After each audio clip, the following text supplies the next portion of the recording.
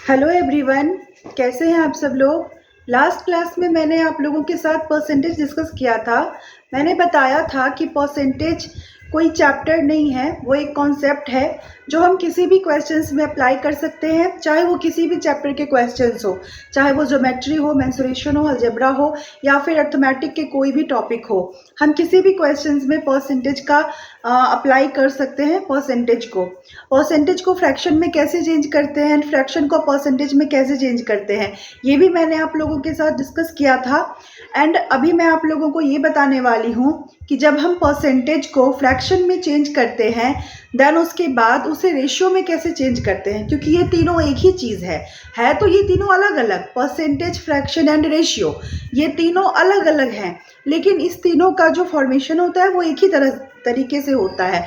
जैसे कि अगर हम लिखते हैं यहाँ पर में 20%, अगर हम लिखते हैं 20%, तो इसे हम लिख सकते हैं 20/100। इसे अगर हम कट करेंगे तो 1/5 लिखेंगे।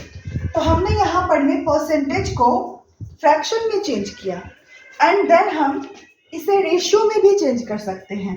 1:5 हम इसे लिख सकते हैं।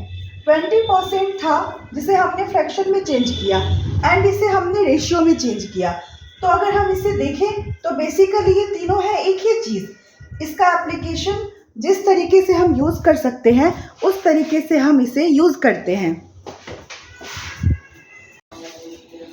एंड फ्रेंड्स, मैंने आपको ये भी बताया था कि अगर हम यहाँ पर लिखते हैं 10%, तो इसके जो फ्रैक्शन वैल्यू होगी वो होगी 1/10 एंड इसकी वैल्यू है 1/10। अगर हमें क्वेश्चन में ये दे रखा है कि 10% ज़्यादा है, 10% ज़्यादा है, कोई संख्या किसी संख्या से 10% ज़्यादा है, तो हम क्या करते हैं, उस संख्या को 10 मान लेते हैं और जो ज़्यादा है, तो मैंने आपको बताया था कि जो ऊपर में होता है ना उसे हम ज़्यादा या कम करते हैं। अगर क्वेश्चन में दे रखा है कि 10% ज़्यादा है, कोई संख्या किसी संख्या से 10% ज़्यादा है, तो उस संख्या को हम 10 मानेंगे और उसमें एक जोड़ देंगे, यानी कि वो संख्या 11 हो जाएगी। यानी कि जो पहली वाली संख्या है वो 10 है और जो दूसरी वाली संख्या है वो 11 है।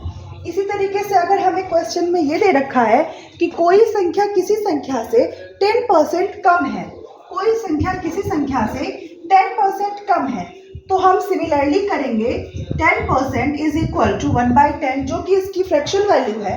तो इसमें अगर क्वेश्चन में दे रखा है कि जो पहली संख्या दूसरी संख्या जो है वो पहली संख्या से 10% कम है, तो जो पहली संख्या होगी वो 10 होगी और जो दूसरी संख्या होगी उसे हम 10 में से 1 माइनस कर देंगे, जो कि 9 हो जाएगा। तो इस तरीके से भी हम लोग रेशियो को लिखते हैं।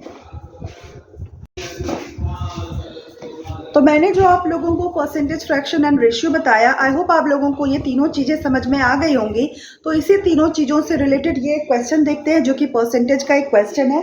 बहुत ही अच्छा क्वेश्चन है, बहुत ही सिंपल क्वेश्चन है। तो इसे अगर हम देखते हैं तो एक संख्या को पहले 40% बढ़ाया जाता है, फिर 25% कम किया जाता है, पुनः 15% बढ़ाया जाता है, फिर 20% कम किया जाता है। संख्या में केवल वृद्धि या कमी क्या होगी?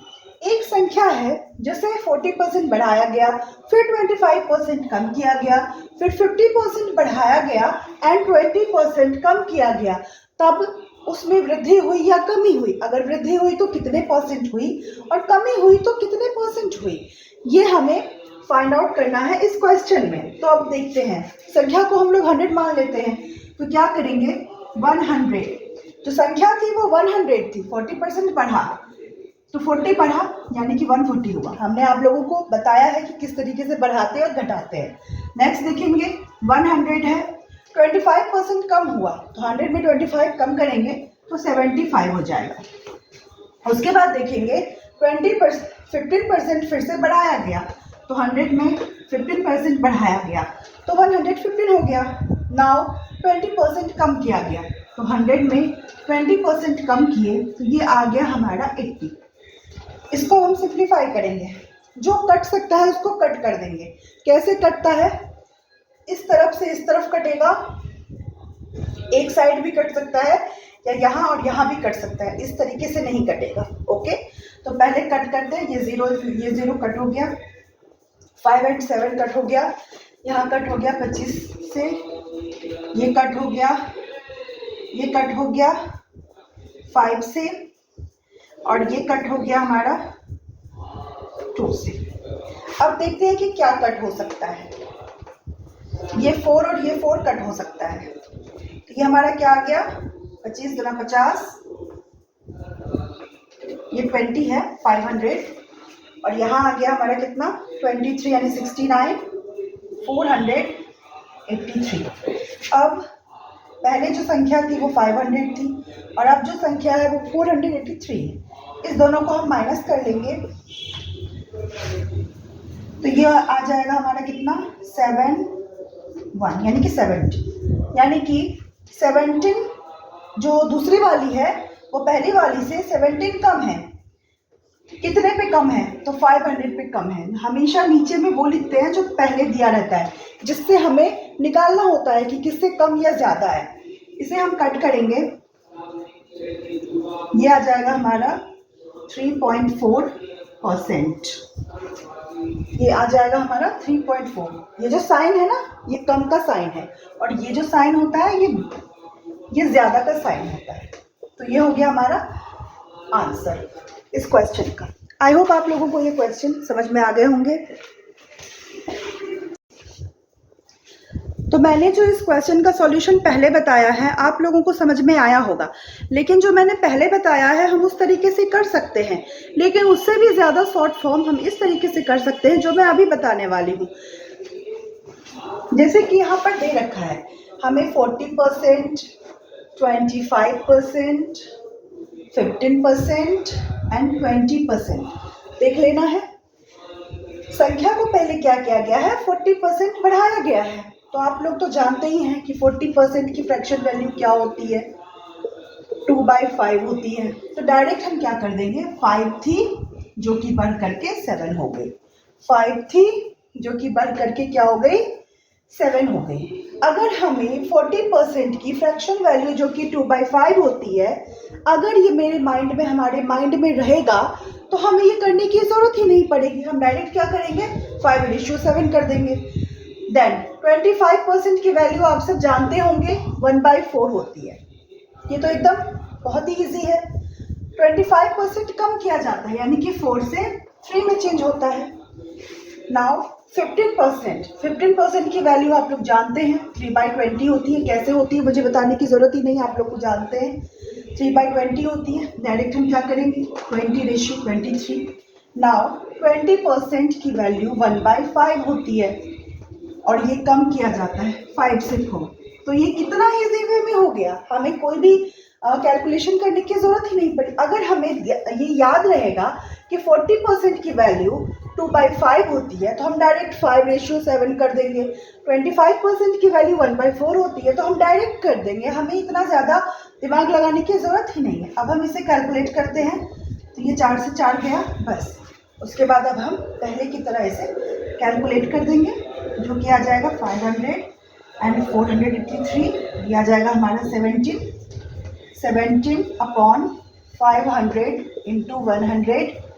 ये आ गया हमारा 3.4% की कमी। ये हो गया हमारा इस क्वेश्चन का आंसर। आई होप आप लोगों को ये क्वेश्चन समझ में आए होंगे।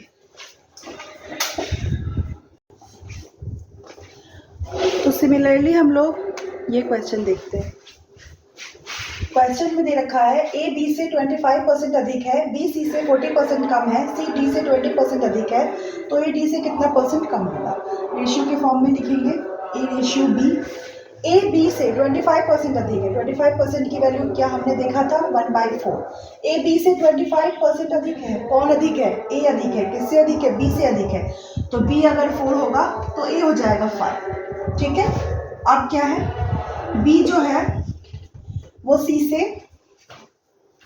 बी सी से 40% कम है, 40% की वैल्यू 2/5। बी सी से 40% कम है, कौन कम है, बी कम है। किससे, सी से। तो सी हो जाएगा हमारा 5 और बी हो जाएगा 2 कम कर देंगे 3। उसके बाद सी और डी का देख लेते हैं। 20% की वैल्यू 1/5। सी डी से 20% अधिक है। कौन अधिक है? सी अधिक है। किससे अधिक है? डी से अधिक है। तो डी हो जाएगा 5 और सी हो जाएगा हमारा कितना? 6। इसको हमने रेशियो के फॉर्म में कर लिया। अब हम इसको इस तरीके से कर लेते हैं, 5:4 सी एंड डी। ये हो जाएगा हमारा 3:5 और ये हो जाएगा हमारा 6:5। यहाँ पे देख लेते हैं। आप लोगों को ये पता होगा कि ये किस तरीके से किया जाता है। यहाँ पे हमें b इक्वल करना है, यहाँ पे c इक्वल करना है, ठीक है। तो इसे हम 2 तरीके से इक्वल करते हैं। ऊपर नीचे को मतलब यहाँ पे 4 से मल्टीप्लाई करके यहाँ से 3 से मल्टीप्लाई करेंगे तो ये इक्वल हो जाएगा।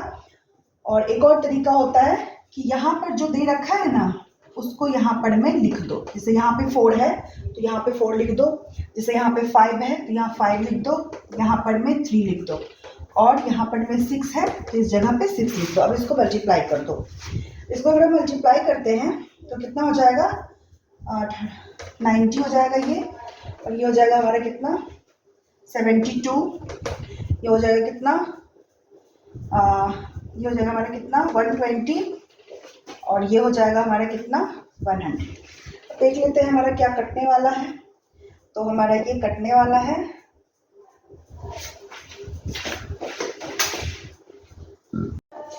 इसे हम कट नहीं भी करेंगे तो भी चलेगा और अगर करेंगे तो भी चलेगा, बात एक ही है। क्वेश्चन में क्या दे रखा है कि ए डी से कितना % कम है। तो ए क्या है? 90 और डी क्या है? 100। ए है 90 और डी है 100। कट कर दे तो भी चलेगा, नहीं कर दे तो भी चलेगा। हम कर देते हैं 9:10। क्वेश्चन में दे रखा है ए डी से कितना % कम है। कितना कम है? एक कम है। किससे कम या ज़्यादा की बात हो रही है? तो डी से, तो 10 × 100। इसको कट करेंगे तो 10%, जो कि हमारा आंसर हो जाएगा। आई होप आप लोगों को ये क्वेश्चन समझ में आए होंगे। ये क्वेश्चन एंड इससे पहले जो क्वेश्चन करवाया था वो क्वेश्चन, तो आप लोग इसका रिवीजन कर लीजिएगा एंड नेक्स्ट क्लास में आगे से डिस्कस करेंगे। आई होप आप लोगों को समझ में आया हो।